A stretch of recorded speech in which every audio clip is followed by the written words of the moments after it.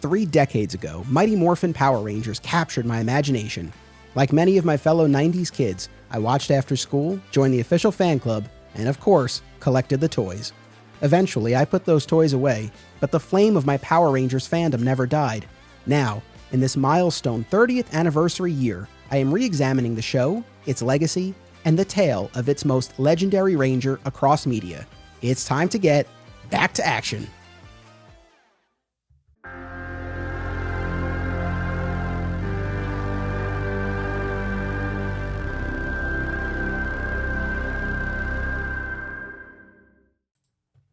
Welcome to Summoning the ZORDS, a Power Rangers fan journey. I'm your host, Anthony Desiato. Joining me to discuss the Power Rangers video games for Super Nintendo is returning guest, Jeremy Frutkin. Welcome back.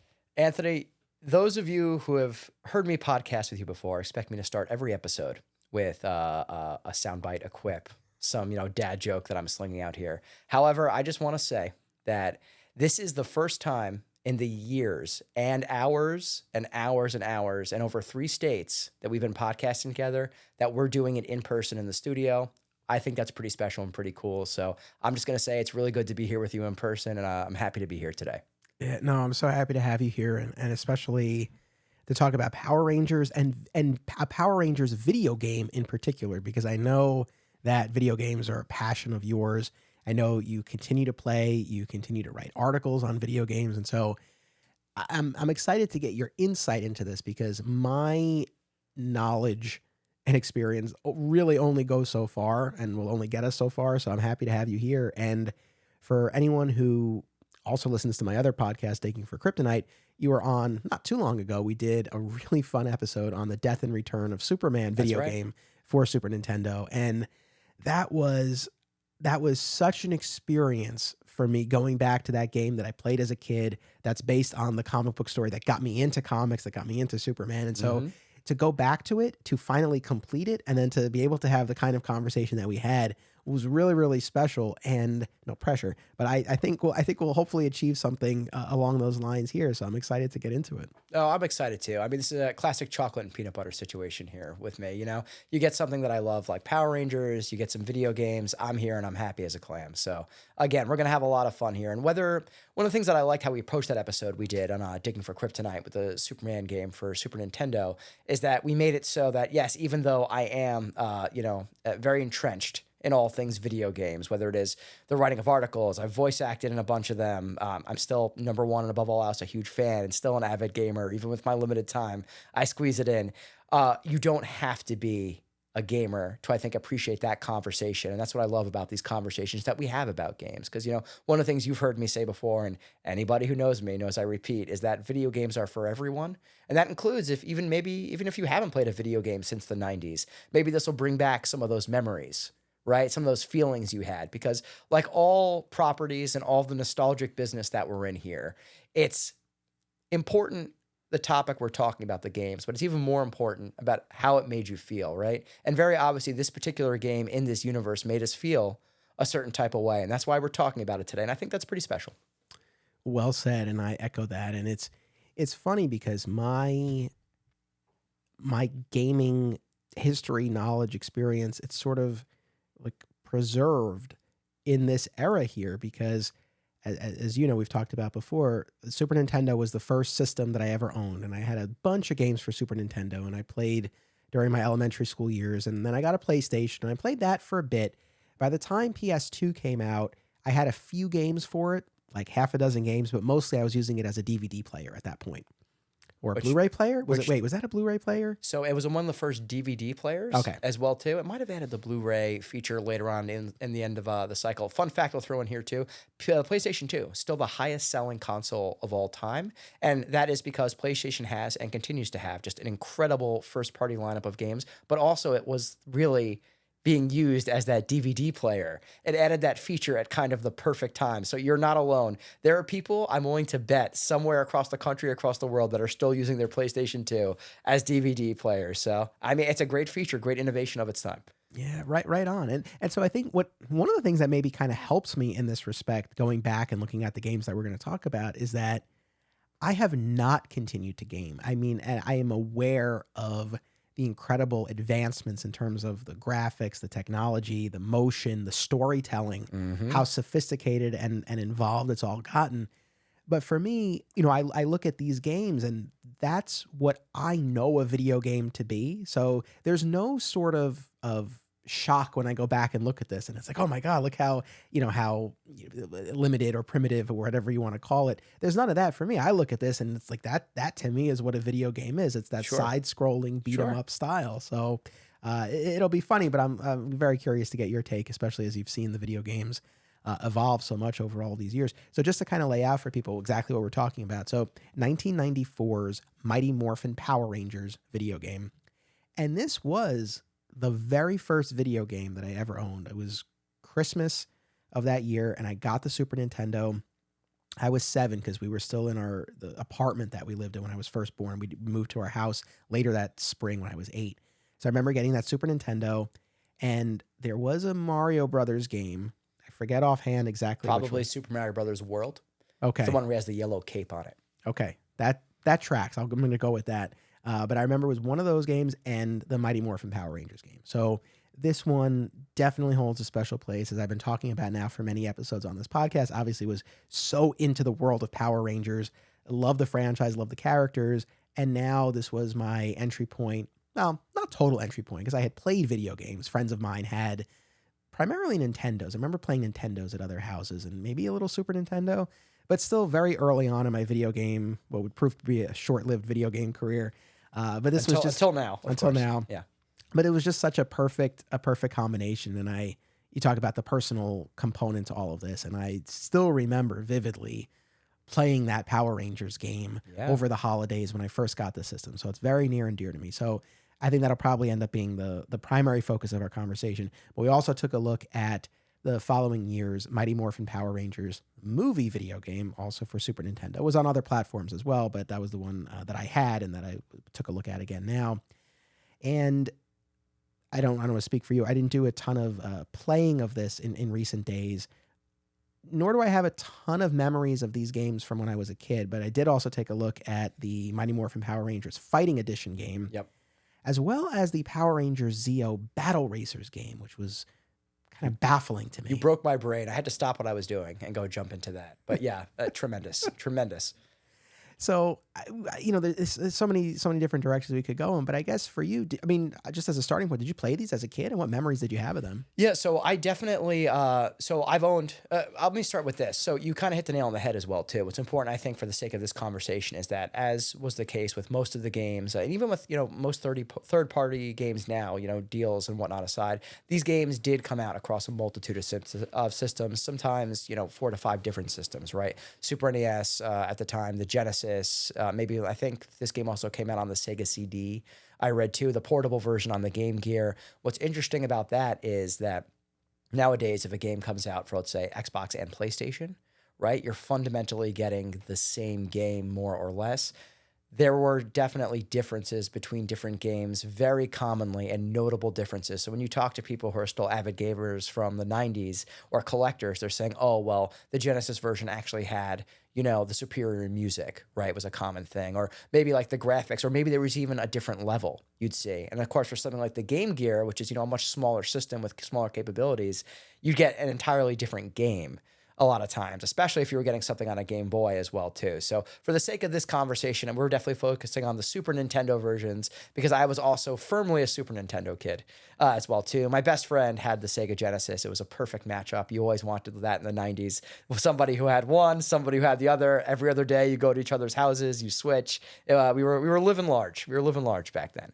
But yeah, so focusing on the Super Nintendos, and I'll throw this out here, too, that for a very long time, my answer to my favorite system of all time was the Super Nintendo. I owned the NES before that as well, but like you, being of a certain age as we are, our real formative years are so attached to those magical moments playing on that system. So I definitely owned and played through the Mighty Morphin Power Rangers game as well, which is, as you already touched upon, the kind of thrust of our focus here. And I remember really enjoying it. I love that you shared that your memory on Christmas morning of that, because one of my favorite things to do is on these video game Twitters or Instagram feeds that I follow is seeing all of those photos of kids on Christmas, and they're unwrapping like their system of a Super Nintendo or maybe a Nintendo 64. And, it's just like we were talking about, it's the feeling, right? Even more so of the game of being of a certain era. It's completely attached to that. You were saying, and again, for somebody who claims to be out of touch with gaming, you said it perfectly. That, video games have had all these advancements in storytelling and graphics and acting and mocap and all that great stuff. But there is also a huge renaissance over the past 10, maybe almost 15 years of indie games and smaller games that are still keeping the style that we're talking about today. People of our age who said, no, these games make me feel this way, just like they make us feel this way with this game, right? And even this particular genre, so this particular genre being a side-scrolling beat-em-up game, is even seeing a resurgence now. So in a way, this is actually very, very timely. Another huge property, Teenage Mutant Ninja Turtles, just had a game release last year that was phenomenal, that basically was a new Super Nintendo game version of exactly what we're seeing here. It did great. They did wonderfully. It's a gem. So even though it does seem like it's a moment in time, it is very timely in that way too. I would say that it never goes out of style. Games of, kind of this presentation. That's cool. I'm glad you brought that up because that was one of the things I wanted to ask you because, we're also both comic book fans. We've seen instances of, comic books done in the style of a previous era or something like that. And so I was curious if that was happening in the video game space as well. And that's really cool. Oh man, it would be cool to see something in the realm of Power Rangers. I would be shocked. I would love to see, and the creators' names are escaping me off the top of my head, but the good folks who did Teenage Mutant Ninja Turtles, Shredder's Revenge last year, that was so wonderful. They keep getting, what property are you guys going to do next? And I would think on their short list, they would have to have Power Rangers on there due to popularity and to how perfectly it lends itself to this genre as well too. So there is actually, and I'm kind of maybe jumping to the present day, but there have been more recent Power Ranger games as well too. But I think the real sweet spot would be that special kind of format that we grew up with as well too. So I wouldn't bet against it. I wouldn't bet against it. Well, we'll keep an eye on that because, of course, as we've been discussing, we're in the 30th anniversary year of Mighty Morphin generally, and next year, 2024, will be the 30-year anniversary of this Mighty Morphin game. So I got to go take some ibuprofen after you said that. My goodness. Yes, yeah. Believe me, the passing of time is well aware of doing these podcasts. It's like, oh man, 30 years. Yeah. We had the Once and Always special for the 30-year anniversary, so it makes you feel old, but it's also, it's been great to, Once and Always is a great example, and it would be wonderful to see something on the video game side as well. So that Mighty Morphin game you have the experience with, and then what about the movie game? So the movie game, if I had played it, and I think it's entirely possible I didn't have that same remembrance and connection. I did jump in for a few levels as well too. Again, not to go too forward in time here, one of my big compliments to that game is I'm glad that it's co-op. I think those games shine when they have co-op capabilities, and that's the fun of it, right? You're going in there with a friend, you're the Power Rangers together, going through this journey together as well too. But other than that, no. My primary, at least of the era as a kid playing, was that first game, same as you. So now my ignorance showing. So when you say co-op, so if you had a second player, you could both play together. That is 100% correct. Yes. So it's what's now retroactively affectionately called couch co-op, right? Because if you tell co-op now to anybody playing, they're just playing online, right? Whether it's any system, right? You're playing online. However, a lot of developers still of our age are focusing on that couch co-op experience because there is something special, as is special today. Me being in the same room with you, having remotely recorded so much, there is something special about being in person with there and doing something with a friend, right? And the same idea applies to these games. So yeah, so let's say you and I, it's the 90s, I'm coming on over, I'm opening the fridge. What do you got? Sunny D? Sweet. Okay, cool. We got no homework. I'm coming downstairs. We got the Super Nintendo. We got 2 controllers. They're both plugged in. You can choose one character. I can choose one character. We're both on screen at the same time. And we're going through and playing every level together. And that to me is where, the sweet spot is as well too. That's very cool. That's very cool. I definitely, like I said, the Mighty Morphin and the movie games, I have very specific memories of. The Mighty Morphin game in particular, I remember, I was never great at video games. And the only reason I'm now able to get through both of these games is because of using cheat codes. And I know we had a whole discussion of this when we did the Superman game where I wanted to preserve as much of the authentic experience as possible. And so I think for the Superman game, maybe I did infinite lives. So it's like I was still dying. I was still going through that Sure. experience, but then I wouldn't have to start the whole game over. Maybe something like that. Here, especially for the movie game, I had everything. I had like unlimited health, unlimited energy, so I could morph instantly at the beginning Yep. of every level. Because it's funny. I'm sure. I mean, I know, even though this has not been my experience, but for certain gamers, it's like it's testing yourself, and it's being able to accomplish, get through the game. Mhm. For me, it was more just I just want to see this. I've never gotten through these games, and it's not like it's haunted me over all these years. But anytime I think about it, it's like, oh yeah. And I know on YouTube you can watch gameplays and everything, Mhm. so at least there's that. But I wanted to experience it. But for me, it was really just I just want to get through this. Not to make it sound like it was such a chore, but I just wanted to just see the game more than anything else. So I did cheat a lot, especially with the movie. But I do remember, again, I wasn't great. And with that first Mighty Morphin game, I really struggled just in that first level, beating the final boss with the bones. Yes. Especially because as you make your way through, he continues to live on, and eventually it's just a floating The head. floating skull. Yep.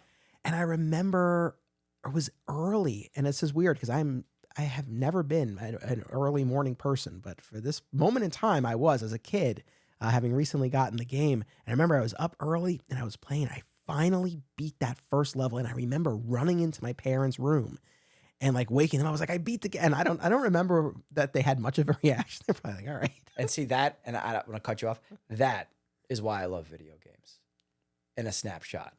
Like that is such a fantastic story of your love of video games and of Power Rangers, right? And of those properties. That's what I love. Yeah. That's fantastic. And I bet you, they'd still remember that, right? You'd still, if you had them still running in and waking them for better or for worse. That's amazing because that's how you were excited for. And again, for somebody who claims to be out of touch with video games, you again kind of hit one of the nails on the head here where there are two different, styles of how we play games even today. There's a whole genre of games, most notably from a company called FromSoft, who makes games that are legitimately in the art of the old school NES, really hard games with modern graphics and all that stuff.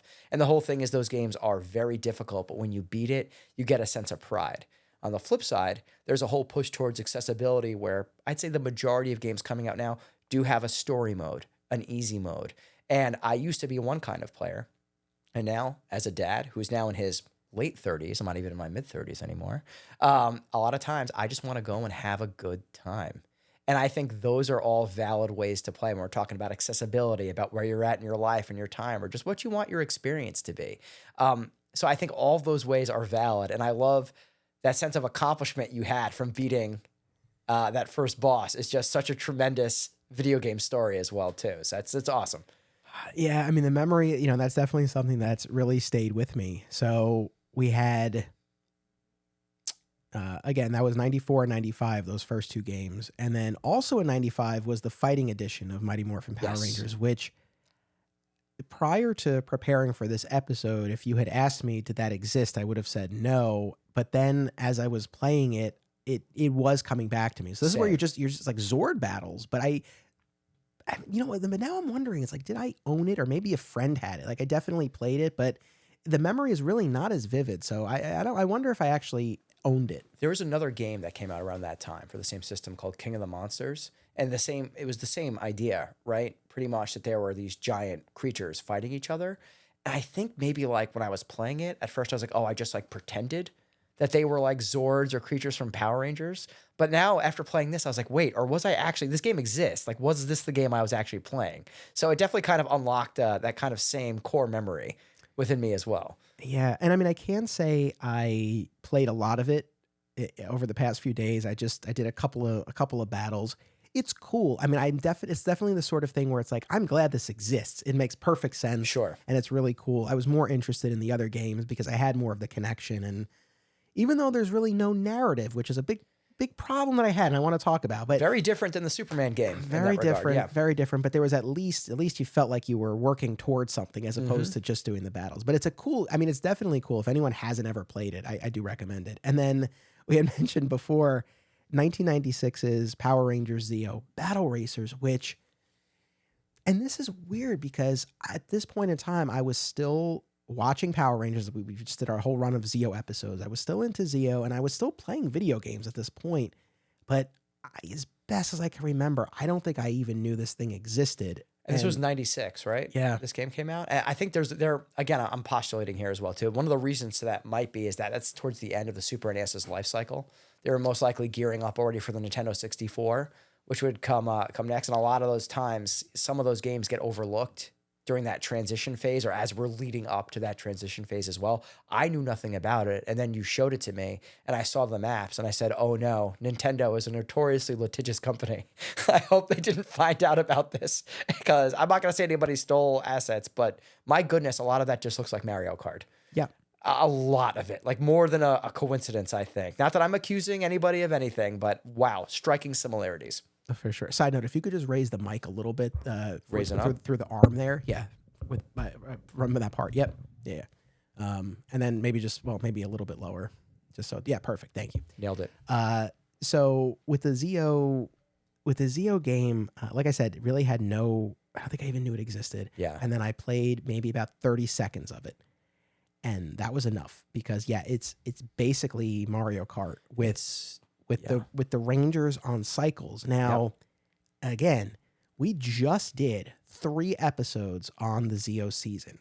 And to prepare for those episodes, I rewatched, I would say about half of those 50 Zeo episodes. Now, maybe them on cycles was part of episodes that I skipped, but even if that's the case, that's still not kind of like a dominant theme in the season. So it's just so weird to me because that's not at all and there I are like with Zeo. future seasons of Power Rangers where motorcycles are more heavily featured as well too, which is even like it's just funnier in retrospect when you look at it like that. But yeah, it even uses that same it's called Mode 7, that kind of faux 3D almost you're getting on the Super Nintendo, that kind of like same technology. So it really does look the same, a lot of those maps as Mario Kart. So I legitimately didn't know this existed, and I'm love that you showed it to me. It really tickled me.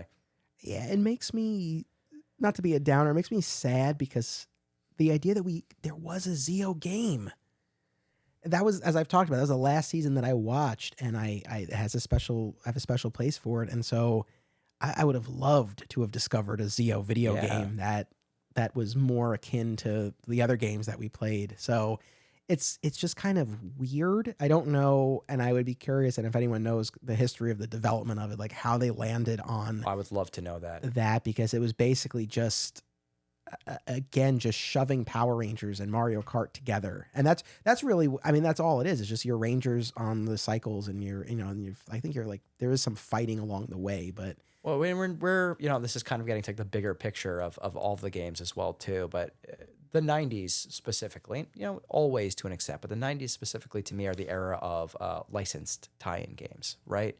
Where you got a combination of games that were way too hard for children. If anybody out there has played Lion King for Super Nintendo, you already understand what I'm talking about. The I Can't Wait to Be King sequence with the elephants still haunts my dreams.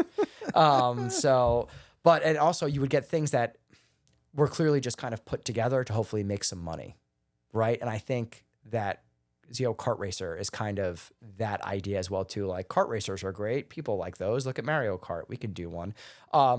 However, I don't think the first one that we're discussing, the Mighty Morphin Power Rangers game, however, I think is definitely not in that category. No. As well too, which I'm happy to report as well, depending how in depth we want to go necessarily with that. But I think Mighty Morphin Power Rangers, the game, is a game that is fine and is good enough. And that's what it needs to be because it arrived at the right moment. So I think it would have been very, very easy for that first Power Rangers game to be something like the Power Rangers Neo Racer that we just talked about, right? It would have been very easy to slap and put it out. I'm not saying that the Mighty Morphin Power Rangers game is an all-timer. It's going to be on somebody's top 20 best list of Super Nintendo games of all time. But I am saying that if you were a kid in the 90s and you loved Power Rangers, which who among us didn't? I mean, clearly, it's one of those things where, boy, you had to be there during that time period. As we're well aware, we're still there. We're here talking about it, right? You would have picked this up and you would have had such a good time. It was that this game was good enough where it rose to be able to pass the smell test and let the imagination and the property in the universe do the rest of the heavy lifting. And that almost sounds like it's an insult, but it's not, because so many games just could not do that, right? So many games still can't do that. They just released a Lord of the Rings game last week, and it is sitting at like a 30% out of 100 on Metacritic because it's a hot mess. Some people still can't do it. So I think the fact that they created a game that was, again, maybe a little narratively not there, but was fun to play, colorful, good music, some good jams in this game as well, too. You know, I was tapping my toe over there as I was playing, which is always a good sign. But they made it good enough where you could play this and be like, oh, yeah, I'm a Power Ranger. And I think they succeeded in that, especially of the era. You hit the nail on the head. I think good enough is kind of the perfect way to describe this because, yeah, there's enough there to appease, especially a kid in the 90s who's loving Power Rangers on TV. You get to play as all 5 Rangers. Yep. Right? You could pick your Ranger at the start of each level. You play unmorphed and then morphed. The last 2 levels are Zord fights. So Pretty you get cool. that piece of it. The music, for sure, is a big plus. And We get vocals in Yeah. the beginning. Still a rarity at that time on the Super Nintendo. Actually hearing some vocals, and that eats up a lot of memory space, you know, and to actually have the Go Power Rangers in it. I thought that was such a good touch because it shows there was some care because they realized that was such an important thing to have in there. So I thought that was a nice touch musically as well. That's the thing. I mean, this has come up a lot on the episodes that we've done looking at the old show and how critical that music was. And especially now that I've gotten to the point where I've looked at some of the original Super Sentai and in a lot of instances, especially when we're just talking about the action footage, I mean, putting aside the American actors dubbing over the footage, but even more so than that, it's the music. It's the music that just gives it a completely different vibe and makes it feel like Power Rangers as opposed to Super Sentai. So yeah, the music was definitely a huge piece. So yeah, I think those pieces are all there and it works. And as I was playing it, I didn't have as moving an experience as I did when I went back to the Death and Return of Superman video game. Now, in fairness, again, Death of Superman got me into comics, so there's a lot more wrapped up there. But the other big difference is that there was that narrative in the Death and Return of Superman video game. You had those story points that were presented. And again, it was very static. It was in between levels, you'd get an image and some text. There wasn't a ton there, but there was enough that you felt the story was moving along. I mean, I felt like the games were similar in that with Death and Return of Superman, you don't have the option of selecting. No character select. Yep, that's correct. But over the course of the game, you are playing as Superman and then as the 4 replacements. So at least you had that, but it utilized, whether it was the streets of Metropolis or Cadmus Labs or the ruins of Coast City, it utilized settings from the comic. So you felt like you were in that world. And again, the narrative was moving forward as bare bones as it was. And also who you were fighting in each level varied as well, as opposed to here, where it's just putty after putty after putty. Some of them have knives coming after children. That was a weird note, right? Yeah, I mean, they do differentiate. It got aggressive quick. Like there are some different colored putties, which again, there's no basis for that in the show, which that's not to say the game can't do it, but I don't know. I didn't love that aspect of it. And yeah, some of them are throwing daggers. Some of them are more powerful. They take more blows to the feet. They did that with the different colors and those abilities to like change up gameplay. But then, like you said, if you're a Power Rangers fan, you'd be like, wait, like they're not that color. They don't do that. Looking at both the Superman game and this in a nutshell, I think if you were somehow impossible, and you definitely wouldn't be listening to this podcast if this was the case, didn't know anything about Superman and didn't know anything about Power Rangers, if you knew nothing about either of those games and you rented both of them from Blockbuster, right? You had them, you're like, all right, it's going to be a great Friday night. I got some Pizza Hut. I'm ready to go. Let's do this. You would have, I think, a more complete, better experience with that Superman game versus the Power Rangers game, right? Because you don't have any of that narrative. So the Power Rangers game is good enough, but it does rely on that just hype, prior knowledge, and nostalgia. Because if not, you're just playing like a competent game. Yeah. And that's fine, but it's not going to have that hooks in you. So I think it really is dependent on you being a Power Rangers fan. And I mean, clearly, like I said already, who wasn't, of the era and of the age. No, but your point is well taken about how it sort of the Power Ranger game relies on this assumption, and ultimately a correct one, I think, that the kids playing this will fill in the gaps themselves. Right. So there is that. But I guess I just keep going back to, and I don't mean to keep going back to the Superman game, but folks, I've played all of 3 different video games in decades. It's a gamer. So, Twitch channel coming soon. Get ready. Here we go. We're doing it. so as far as frame of reference, but I do think these are fair. These are kind of games that are fair to compare, especially in the time period and all of that. But it's like it didn't take much in that Superman game. It didn't take much to just put a little meat on the bone and make you feel like you were following something. And I guess I would have appreciated that. Or again, I'm glad that we at least had the Zord battles. But as you're watching it, even just a shot of Zordon, telling them what's going on or something like that. I mean, or Goldar. Goldar is one of the bosses. It's crazy to me. And you think that would have lent itself perfectly. Like you literally have a talking head with Zordon.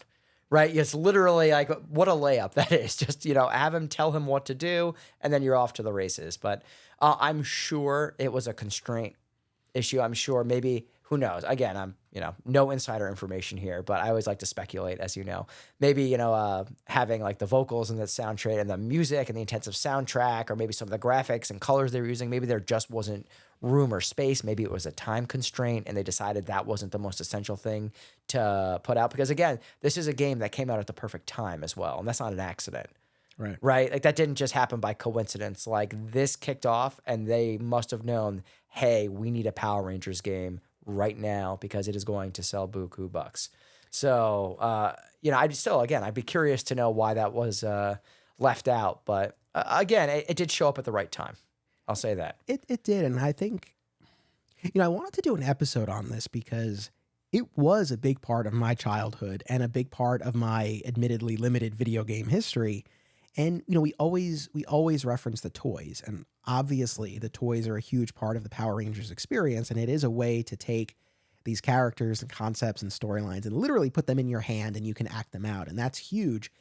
But this was a whole other component where you're playing as the Ranger. And so maybe it's kind of like a blend between like playing with the toys and watching the show. It's like there's still that play aspect, but you're watching it unfold. And so I felt like it kind of blended those worlds together. So, as we talk about it, as much as I might dwell a little bit more in our conversation on the limitations of this, I really did love it at the time. Like at the time as a kid, this was exactly what I needed it to be. Yep. And even playing it now, it brought back a lot of those memories. And there was an aspect of it that was definitely a lot of fun.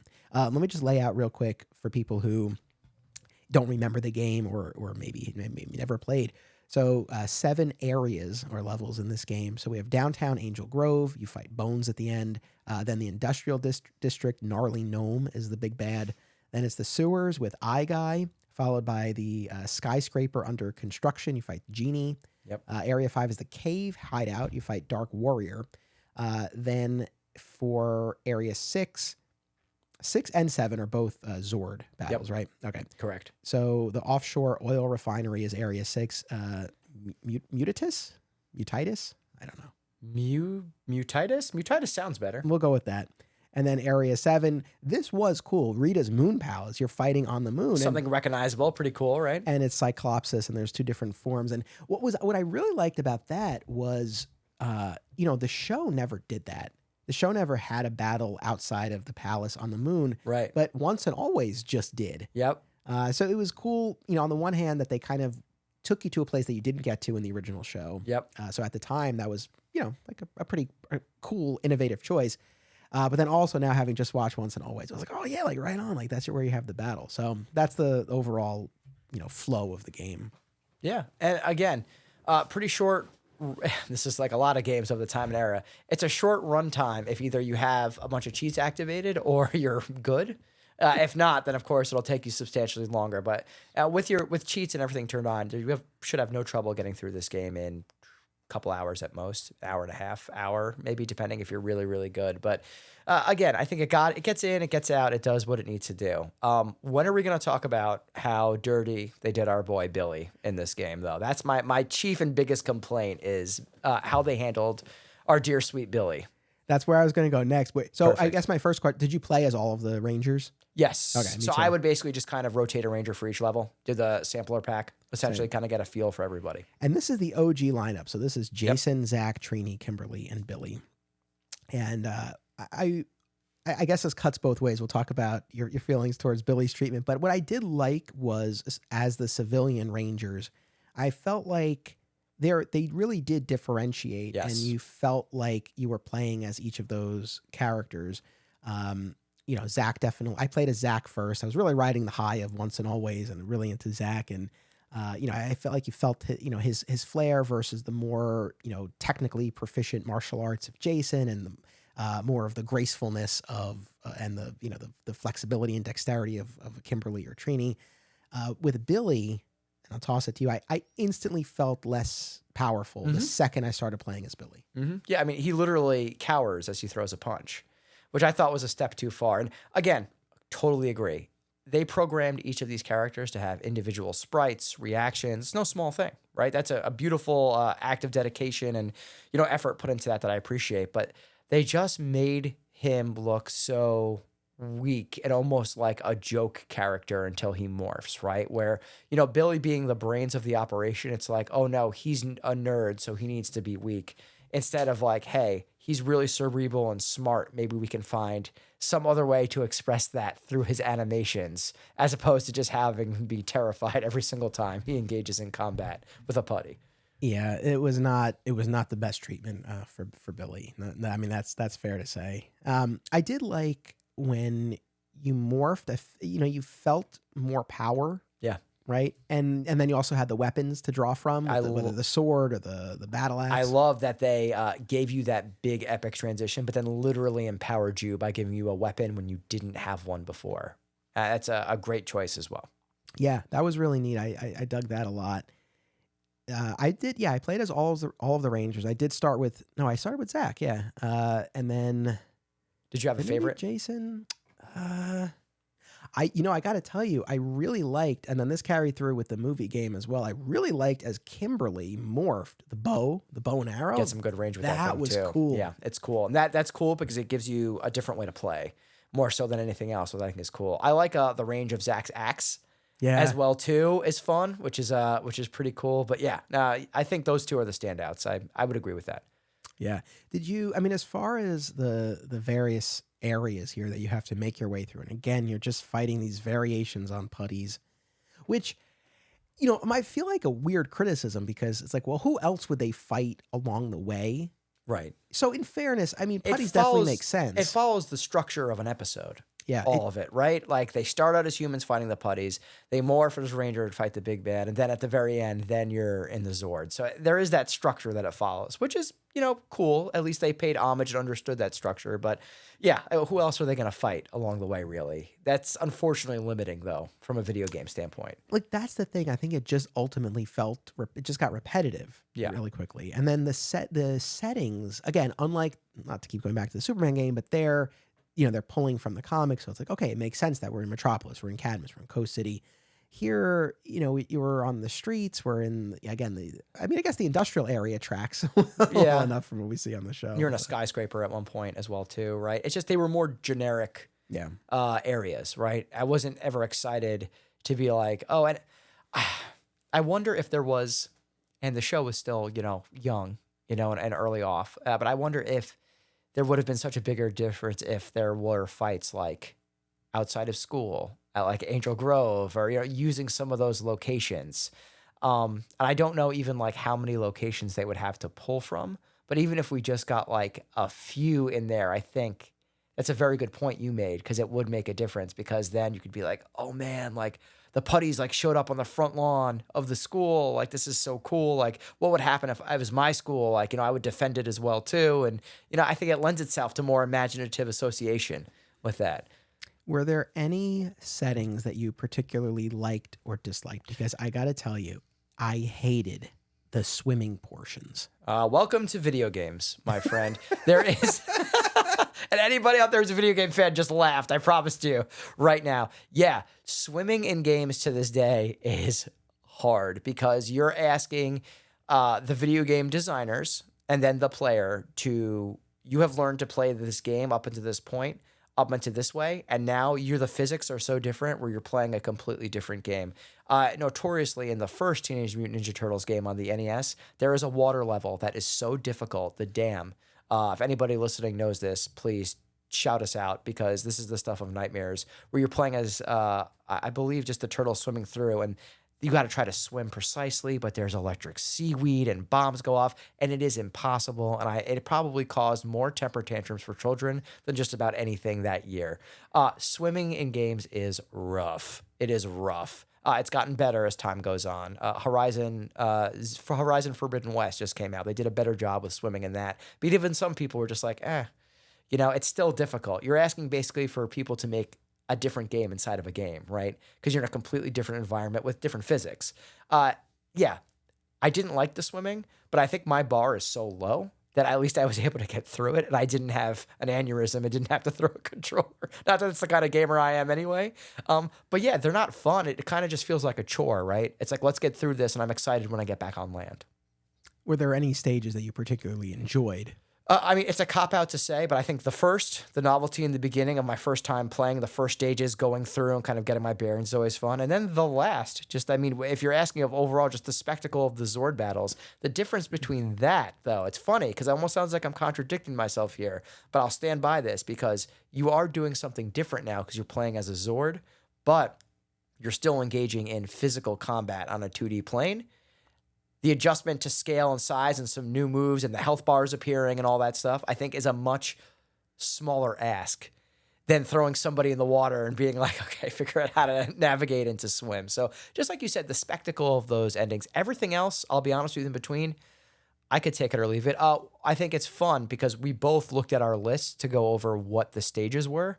And I think that also tells a lot about that nothing's really particularly memorable other than our first experience and then fighting as the Zords, right?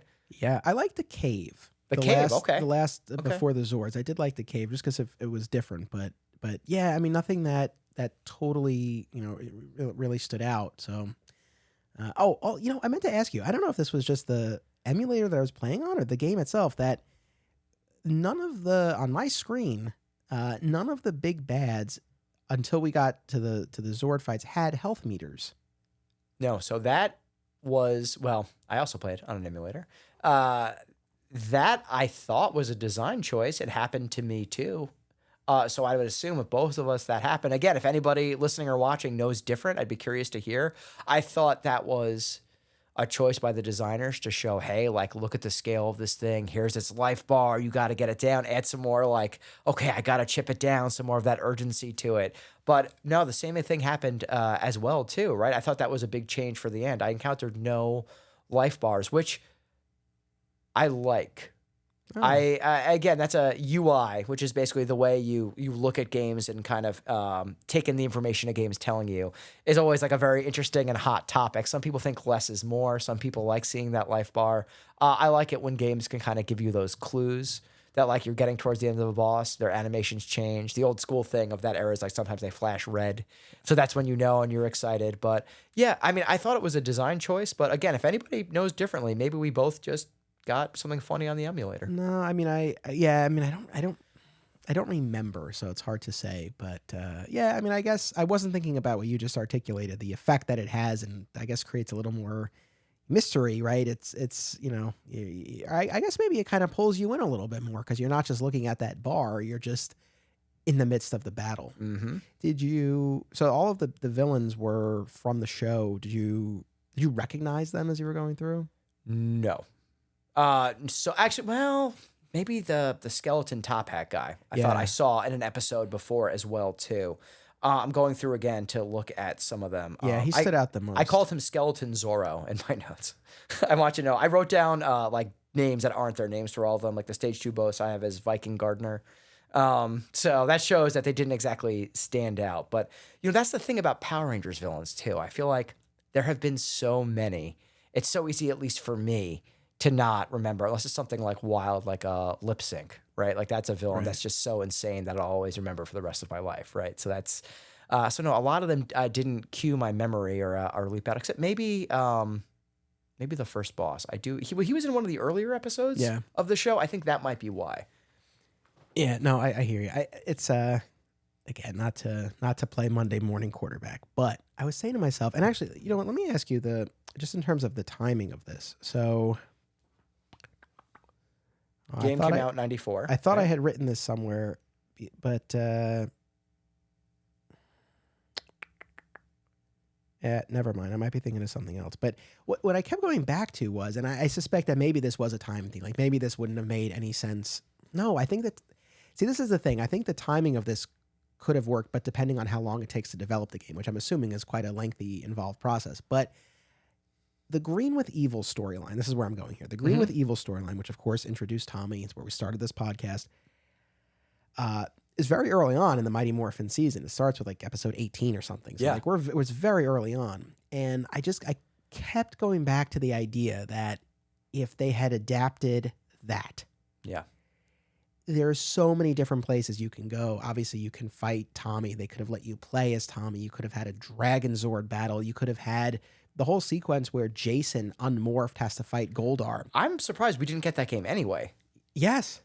To be honest with you, and just make a Green with Evil game. That would have just been dynamite. I feel like it would have sold, again, like gangbusters. It seems like a layup. Yeah, and again, it's something we won't know, right? I'm always so fascinated about developing stories. You ask, depending how long it takes to make a video game. The question I would pose is, how long does it ethically take to make a video game? One of the big debates in the video game industry is what's known as crunch, where companies will either mandate or allow developers to spend, 20 hours a day working on a game because it's their passion. So again, how long it takes to create a game is entirely up to the individual people and the ethics involved, where we can all agree that nobody should be killing themselves making a video game and spending that much time away from their friends and family. But I would be curious, especially in the 90s. Nobody even had the term crunch. And I'm sure with this much money on the table, how soon did they realize coming over from the source material to America that this was going to be the hit that it was? My guess is as soon as they realized and had an inkling is when this game kicked into development, if I had to make a guess. So I was trying to find it in my notes, but I remember now what I come across, that this game came out. It was right around the time that Tommy was becoming the White Ranger on the show. Interesting. So again, I wonder, if there would have been enough time where this could have been a Green with Evil game. And I think that would have solved basically all of the problems I would have had, because it would have given you an actual plot to follow, and it would have given you some more variety. So it's not just the putties all along. And that's tough, right? Because this game comes out and it's like the very first Power Rangers. And at that time, we're all just, listen, love all the Rangers. We all love the Red Ranger too, to death. But let's be real here. When Tommy showed up, it was the Tommy show. So right when he's becoming the White Ranger, that was it. That was the coolest thing. I'm sure we all, just like me, had his toy talking sword and everything like that we were running around using. I used to love that thing. But that's what we were all about. And then there's a Power Ranger game. Oh, Tommy's not here. Yeah. And that's nobody's fault, of course, because it takes time to create these things, but that's tough. That is tough to be behind that 8 ball and behind that trend. And you're always going to be chasing that, and you're always going to be behind if you try to do that too. So I don't even know how you solve that problem. So maybe that's a good segue to the game that I had an even bigger problem with, which was the movie game.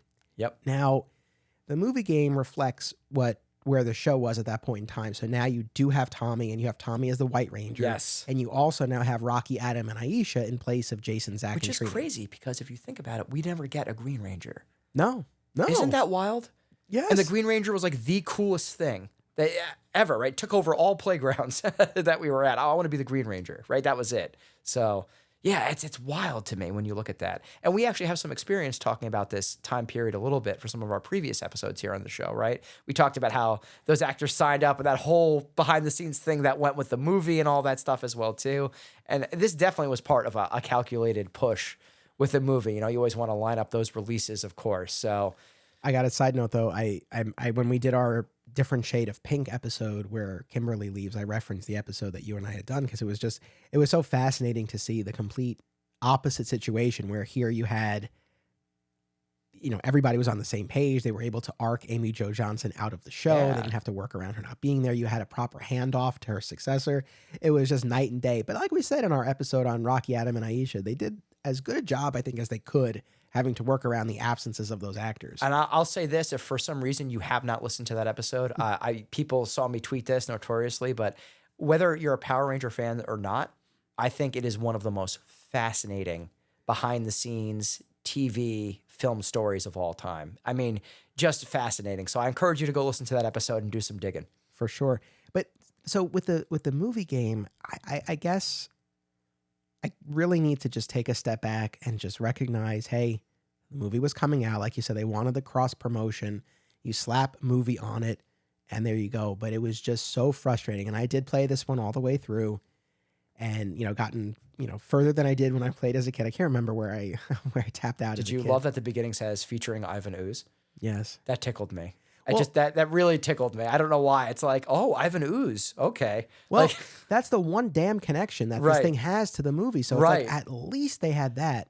It's that's why they had to throw it on there, I'm sure. But it's just funny. Read all these years later. It's Power Rangers, the movie game, featuring Ivan Ooze. It's like, oh, okay.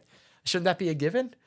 Right? You would think. Yeah. And I think ultimately you have to look at that game just as a sequel to the previous game that we were talking about, because very, very similar. Again, side-scrolling beat 'em up, same kinds of stages where you're going through the streets and skyscrapers and things like that. Not identical. I have but a very funny similar. note about one of the levels in that game. Okay. So one of and you'll know this name too, Bandai and Bandai Namco, right? Who also go on to publish games to this day, right? A whole bunch of games. I just found it so funny in the supermarket level in that game as you're playing. It's just like on the signs, everyone just says Bandai, Bandai, Yes. Bandai. They just like wanted to put their name out there, so they just put it on the supermarket for seemingly no reason. I thought that was a weird little quirky thing that they had. Yeah, no, that was funny. So again, very, very similar. And again, you're starting off unmorphed, and then you morph, and you've got your big bad at the end of each level.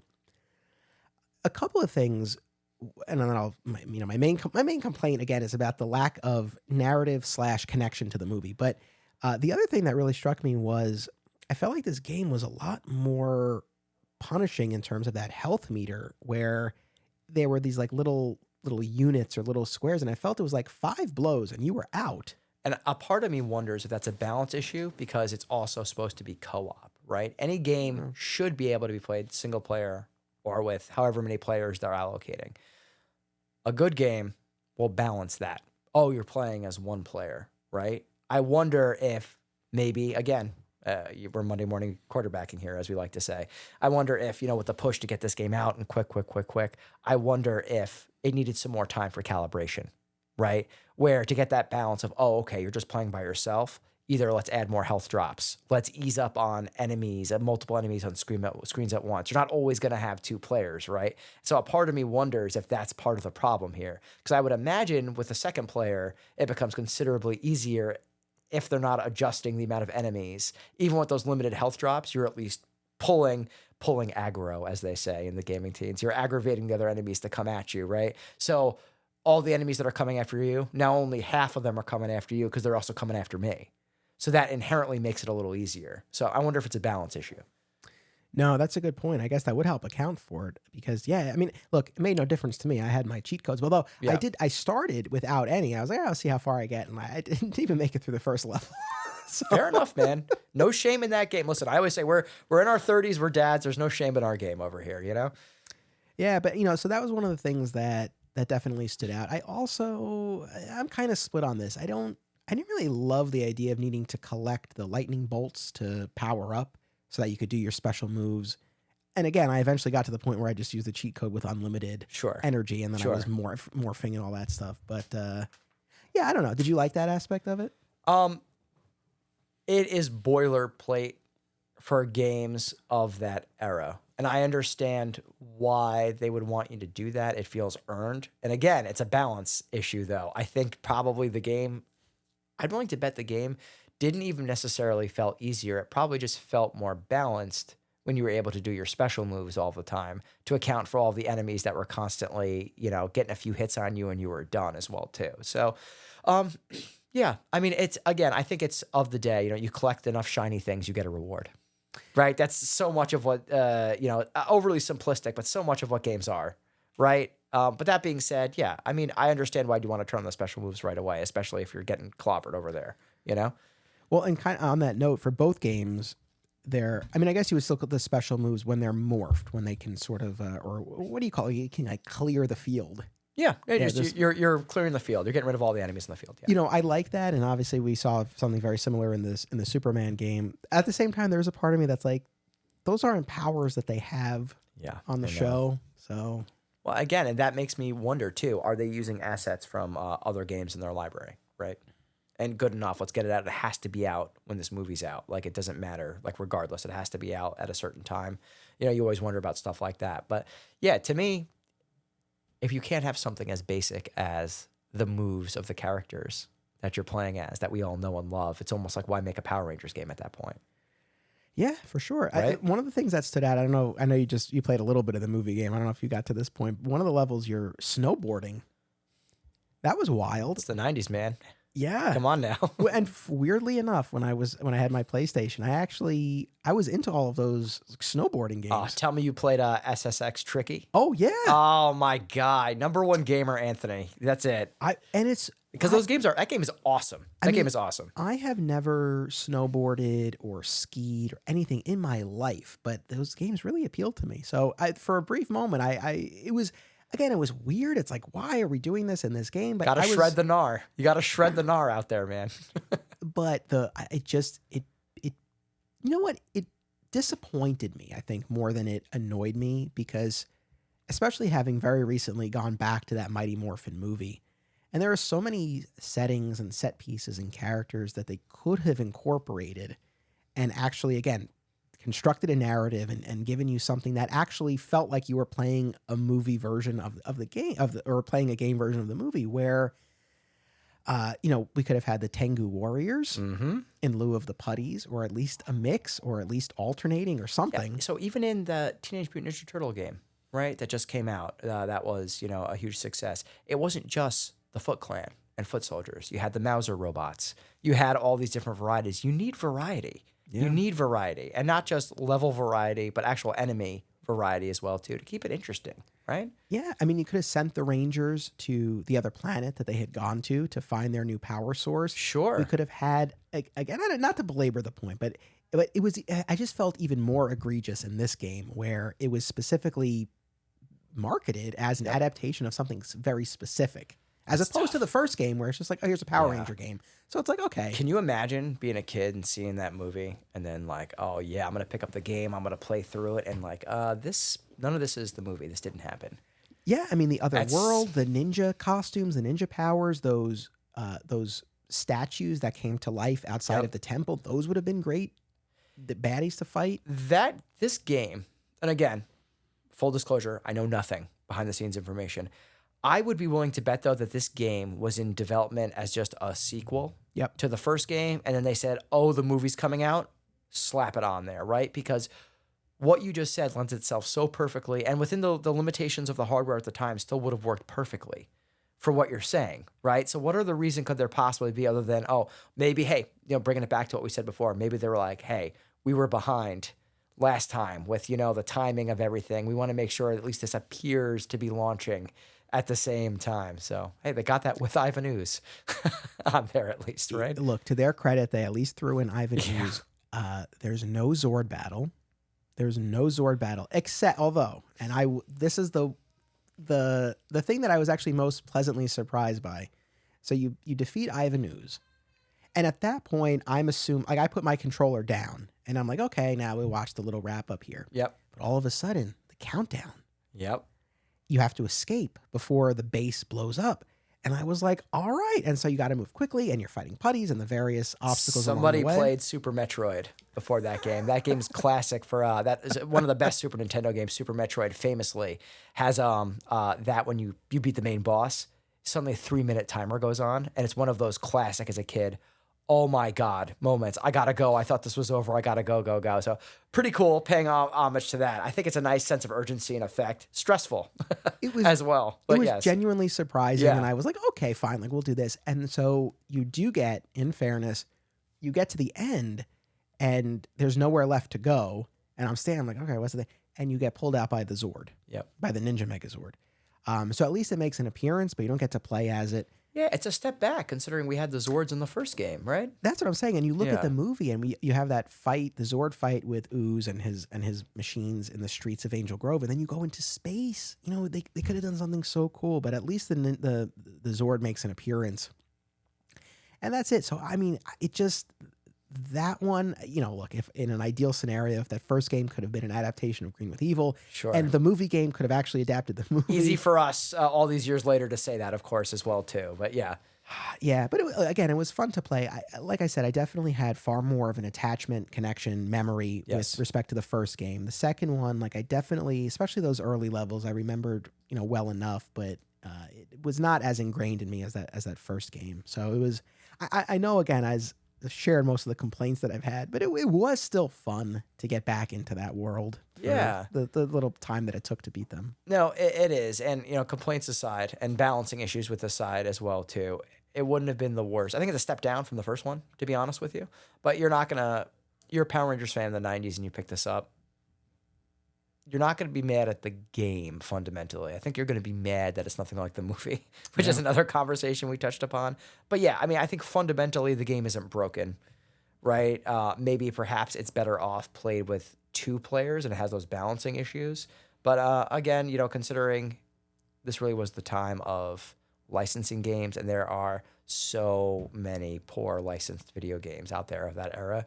Maybe my bar is a little lower than it should be even. But I do think this was a step back, but it wasn't a complete train wreck. It really, to sum it up, it's a missed opportunity. This game is just a giant missed opportunity is what it is. I think that's fair. But going back to where we started, your assessment of it being good enough, and I think that's true. I think it did enough of what it needed to do, especially at the time. So I do appreciate. I'm glad. I'm proud that these games are part of my short video game history. Is there any aspect of either of these games we haven't talked about that you wanted to? No, I was excited to really talk about just the missed opportunity, like I said, in regards to the movie and all of that. But I think we really hit the nails on the head. I would love to find out if anybody has any information about the whole lead up and development of the game, because wouldn't it just be the most interesting thing in the world that, as much as we've discussed the whole just kerfuffle with the movie, if the game also had an interesting kerfuffle as well behind it too. So maybe I'll do some research as well after this. Yeah, I mean, I had mostly gone on Wikipedia and was reading that. I didn't go that deep into it. So yeah, I'll echo what you just said. If anyone has any insight into this that they could share, I think I suspect some of what you speculated on is probably the case, and that would kind of make sense if this was originally intended, the movie game in particular, as just more of a follow up, and then they repurposed it and threw ooze in there. But yeah, like I said, it's just knowing what it could have been. It's like, oh man, and to your point, and I hadn't even really thought about it, but yeah, you're right. It's like we did ultimately get Tommy, but it's like you never had the Green Ranger. No, we never had the Green. Isn't that crazy? And I bet you if you just asked Power Ranger fans to be like, hey, do you remember playing as the Green Ranger in like these Super Nintendo games? Most of them are like, yeah, of course, the Green Ranger was there. The Green Ranger had to be there, but he wasn't. It's a crazy statistic to me. Again, missed opportunity. Yeah. Well, I thank you very much for playing these games and sharing your insight. It's always fun to talk video games, to talk with you generally, and especially to talk video games. For anyone who wants to connect with you on social media, where would you like to direct them? Absolutely. You can find me at Twitter and all social media platforms at j.remy, JAYDOTREMY. Let's talk Power Rangers. Let's talk video games. Let's talk comics. Let's have some fun. Right on. Well, thank you very much. Audience, thank you for tuning in. I always appreciate it. Make sure you come back in 2 weeks for our next all-new episode. Once a Ranger fan, always a Ranger fan. This show is part of the Flat Squirrel Podcast Network, home to Digging for Kryptonite, another exciting episode in the adventures of Superman, Summoning the Zords, and My Comic Shop History, available wherever you get your podcasts. Be sure to subscribe and leave a review today. Sign up at patreon.com/Anthony Desiato for additional content. Thank you all